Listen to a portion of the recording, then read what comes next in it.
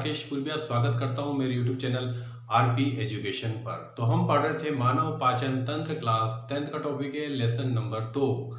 आज ये जो लेसन है हमारा समाप्ति की तरफ है, यानी कि हम आज इसका जो टॉपिक पढ़ने वाले हैं वो भी इंपॉर्टेंट टॉपिक है और दूसरी बात आज जो टॉपिक पढ़ेंगे वो अंतिम टॉपिक है। इसके बाद ये लेसन समाप्त हो जाएगा। तो हम शुरू करते हैं आज का ये अंतिम टॉपिक। क्या है अंतिम टॉपिक, आप इसको ध्यान से देख लीजिए। टॉपिक है हमारा प्रमुख मानव अंतःस्रावी ग्रंथियां, इंपॉर्टेंट ह्यूमन एंडोक्राइन ग्लैंड। ये चीज हम पढ़ने वाले हैं कि आखिर क्या होती है प्रमुख अंतःस्रावी ग्रंथियां जो हमारे मानव के शरीर में पाई जाती है। तो हम प्रमुख अंतःस्रावी ग्रंथियां पढ़ेंगे, तो आप ध्यान से देखिए। सबसे पहली पढ़ते हैं हम हाइपोथैलेमस। कौन सी पढ़ेंगे? हाइपोथैलेमस। तो पहले हम पढ़ने वाले हैं कौन सी? हाइपोथैलेमस। ध्यान से समझिए इसको।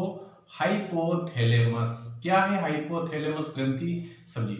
सबसे पहली बात, हमने मस्तिष्क का जो टॉपिक पढ़ा था उसके अंदर हमने पढ़ी थी हाइपोथैलेमस ग्रंथि जो हमारे मानव मस्तिष्क के अंदर पाई जाती है। हाइपोथैलेमस के पास में पाई जाती है थैलेमस, और थैलेमस और हाइपोथैलेमस के मध्य में पाई जाती है पीयूष ग्रंथि। हम किसकी बात कर रहे हैं? हाइपोथैलेमस ग्रंथि। इसका मुख्य कार्य समझ लीजिए।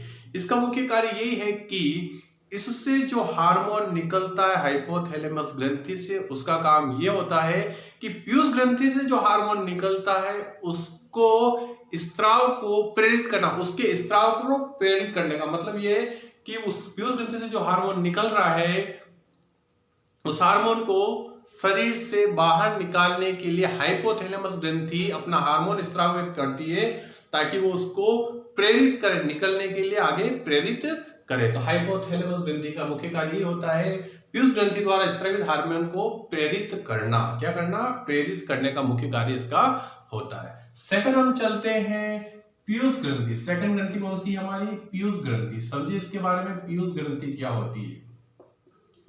मैं लिखता हूं पीयूष ग्रंथि। पीयूष ग्रंथि हमारे शरीर की जितनी भी अंतःस्रावी ग्रंथियां होती है उन सब पर नियंत्रण रखने का काम कौन करती है? पीयूष ग्रंथि ही करती है। उन सब पर कंट्रोल करने का कार्य कौन करती है? पीयूष ग्रंथि करती है। ये मटर के दाने के आकार की होती है, इसलिए इसका नाम क्या है? मास्टर ग्रंथि। तो पीयूष ग्रंथि को क्या कहते हैं? मास्टर ग्रंथि भी कहते हैं। अगला हम चलते हैं थर्ड ग्रंथि, वो भी बहुत हमारी इंपॉर्टेंट, इसको भी आप समझिए। पीनियल हम पढ़ेंगे। पीनियल ग्रंथि। कौन सी ग्रंथि पढ़ेंगे? पीनियल ग्रंथि। पीनियल ये क्या करती है इसको भी आप समझ लीजिए। इसके द्वारा हार्मोन निकलता है मेटेरोनिन। कौन सा हार्मोन निकलता है? याद रखना, मेटेरोनिन हार्मोन निकलता है। इसके माध्यम से कौन सा हार्मोन निकलता है? मेटेरोनिन हार्मोन निकलता है। इसका मुख्य कार्य होता है दैनिक लय क्रियाओं का नियमन करना। इसका मुख्य कार्य क्या होता है? दैनिक लय क्रियाओं का नियमन करने का कार्य होता है मेटेरोनिन हार्मोन का कार्य ये होता है दैनिक जो गतिविधियां होती है उन क्रियाओं को नियंत्रण करने का काम किसका होता है? मेटेरोनिन। अगला चलते हैं चौथा हम पैराथायराइड ग्रंथि। कौन सी ग्रंथि? पैराथायराइड ग्रंथि। पैराथायराइड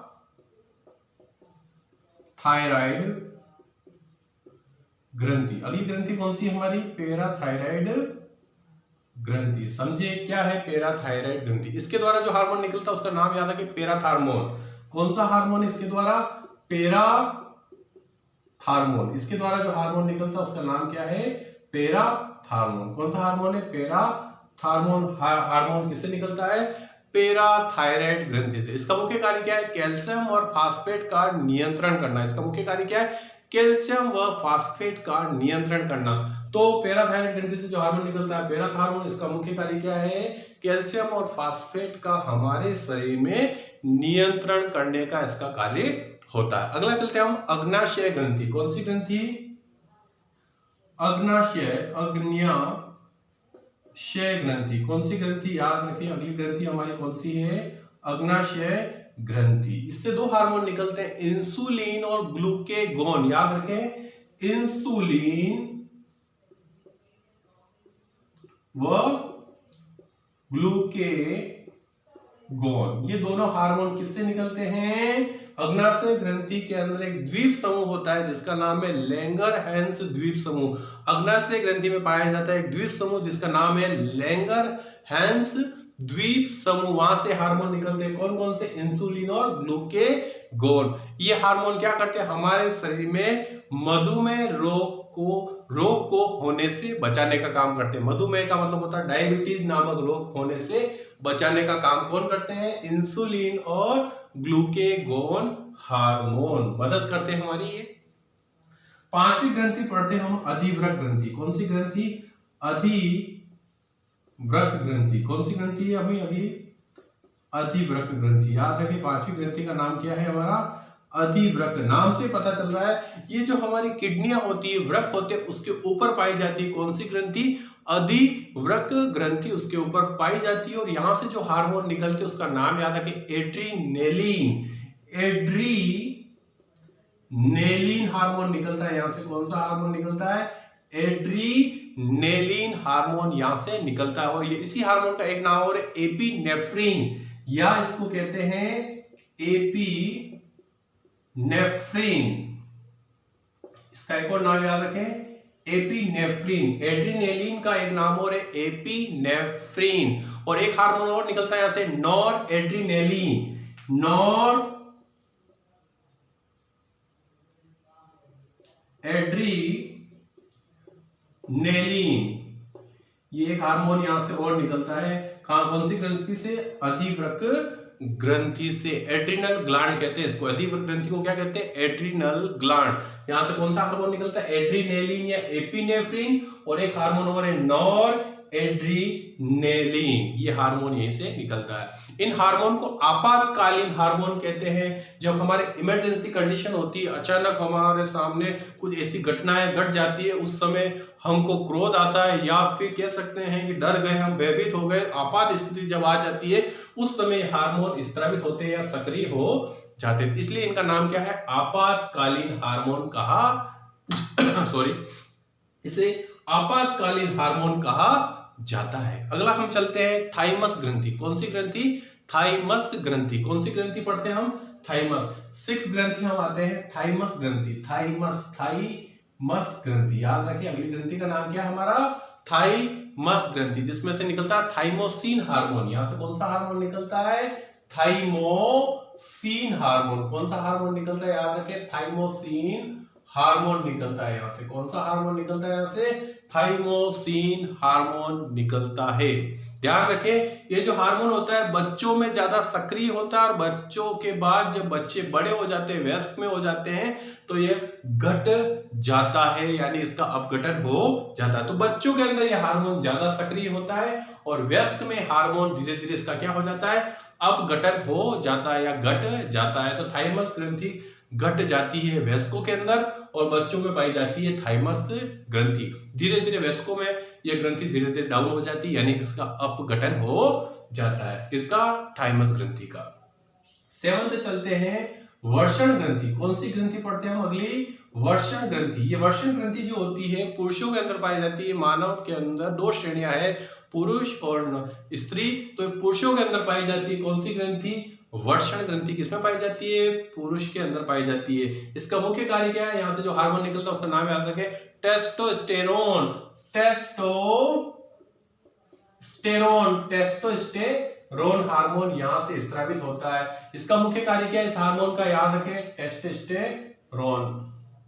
इस हार्मोन का मुख्य कार्य क्या है? यही है कि ये मानव के जो द्वितीयक लैंगिक लक्षण होते हैं, पुरुषों में जो द्वितीयक लैंगिक लक्षण होते हैं उनको नियंत्रित करने का काम कौन करता है? टेस्टोस्टेरोन। यानी कि द्वितीयक लैंगिक लक्षण मैंने आपको समझाया था, बिल्कुल वैसे तरीके से समझाया था। यानी कि व्यक्ति में दाढ़ी मूंछ आना, आवाज का भारी होना, ये सभी जो लक्षण होते हैं वर्षण में से जो हार्मोन निकलता है टेस्टोस्टेरोन, यही कंट्रोल करता है या नियंत्रित करता है। लास्ट चलते हैं अंतिम ग्रंथि हमारी, याद रखें अंडाशय ग्रंथि। कौन सी ग्रंथि? अंडाशय ग्रंथि, जो स्त्रियों में पाई जाती है, लड़कियों के अंदर पाई जाती है, स्त्रियों में महिलाओं में पाई जाती है। यहां से भी 2 हार्मोन निकलते हैं, एस्ट्रोजन और प्रोजेस्टेरोन।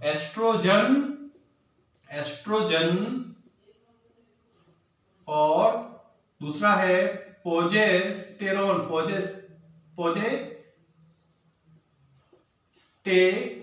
टेस्टोस्टेरोन। ध्यान रखें, दो हार्मोन है, एस्ट्रोजन और प्रोजेस्टेरोन। ये दोनों हार्मोन अंडाशय ग्रंथि से स्रावित होते हैं। इनका मुख्य कार्य भी यही होता है, महिलाओं के जो द्वितीयक लैंगिक लक्षण होते हैं उन सबको नियंत्रित करने का कार्य होता है। ये भी हमने पढ़ा था। द्वितीयक लैंगिक लक्षण का तात्पर्य यही है कि महिलाओं की आवाज पतली होना और मासिक चक्र का शुरू होना, गर्भावस्था की जो स्थिति होती है उस समय ये हार्मोन स्रावित होते हैं। कौन से? एस्ट्रोजन और प्रोजेस्टेरोन। कौन से हार्मोन? एस्ट्रोजन और प्रोजेस्टेरोन हार्मोन। तो स्टूडेंट, आपको ये टॉपिक पूरा समझ में आ गया होगा मेरे हिसाब से, और मैं चाहता हूं कि ये लेसन आप अच्छे से समझ लें। 2-3 बार अगर आप इस वीडियो को देख लेंगे तो पूरा लेसन आपको समझ में आ जाएगा। कल हम इसी लेसन के कुछ महत्वपूर्ण क्वेश्चंस पर चर्चा करेंगे। मैं इस पर विस्तार से आपको कुछ महत्वपूर्ण क्वेश्चंस आपको बताऊंगा, जो आपको घर पे प्रैक्टिस करेंगे तो सभी क्वेश्चंस आपको आसानी से याद हो जाएंगे। तो स्टूडेंट, आज के लिए इतना ही। जाने से पहले यही कहूंगा कि मेरे चैनल को सब्सक्राइब कीजिए, और कोई भी मेरे चैनल पे जो नया आता है तो वह बेल आइकन पर क्लिक करना ना भूले, जिससे क्या होगा, जो भी नया वीडियो में बनाऊंगा उसका नया नोटिफिकेशन उसको तुरंत मिल जाएगा। तो आज के लिए इतना ही। जय हिंद, जय भारत।